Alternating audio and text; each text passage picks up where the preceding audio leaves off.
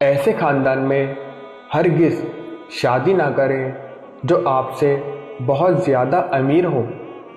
اکثر دیکھنے میں آیا ہے کہ امیر اور غریب خاندانوں کی آپس میں شادیاں اور رشتہ داریاں زیادہ دیر تک قائم نہیں رہ سکتی۔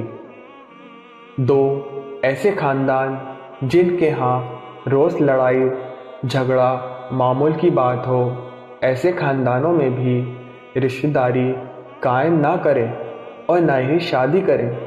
تین ایسے خاندان جو لالچی ہو یا پیشہ ور جرائم کے عادی ہوں، ان سے بھی دور رہنے کی کوشش کریں، کیونکہ آپ کی زندگی میں بھی یہ بربادی لا سکتے ہیں۔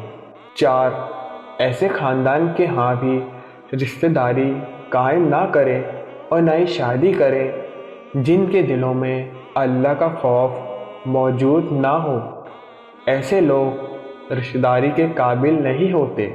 پانچ ایسے خاندان میں بھی رشتہ داری قائم نہ کریں جو اپنی یا دوسروں کی عزت کو کوئی اہمیت نہ دیتے ہوں، ایسے رشتہ داروں کے آگے چل کر شرمندگی اور پریشانی کا باعث بنتی ہے۔